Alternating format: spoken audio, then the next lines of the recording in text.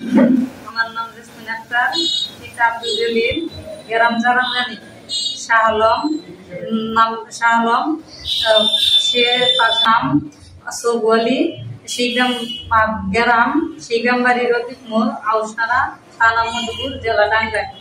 এখন আমি টাঙ্গাইল মামলা দিচ্ছি। মামলা দেওয়ার কারণে তার বাড়ির মানুষ, আমাদের এলাকার মানুষ, দুই এলাকার মানুষ মিলে আমারে উঠাই নিব ওই এলাকায় হয়। তারপরে তার সাথে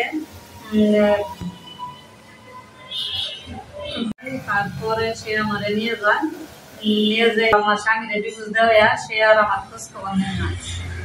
এখন এখন আমি টাঙ্গাইল মামলা করছি। মামলা করার পরে এখন তার বাড়ির মানুষ, কিছু কিছু মানুষ আমার হুমকি দেয়, উঠে এনে যোগা মাইরে ফেলাবো, এলাকায় থাকতে দিব না। প্রশাসনের কাছে এটা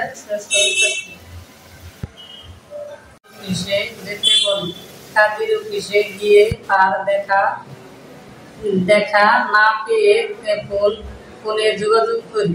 ফোন বন্ধ থাকায় আমি তার বাড়িতে যাই। বাড়িতে না পেয়ে উঠে মামলা করি। এখন মামলা তুলে নেওয়ার জন্য বিভিন্ন ধরনের হুমকি দিচ্ছি। এখন আমি নিরাপত্তার কারণে ভুগছি। প্রশাসনের কাছে এর সুবিচার চাই। 3 দিন আগে আমার কাছ থেকে জোর করে আপিসনামায় সই নিই। বাচ্চা নিয়ে ভয়ে আসছি। 2 দিন আগে আমার কাছ থেকে আপিসনামায় জোর করে সই নিয়েছি।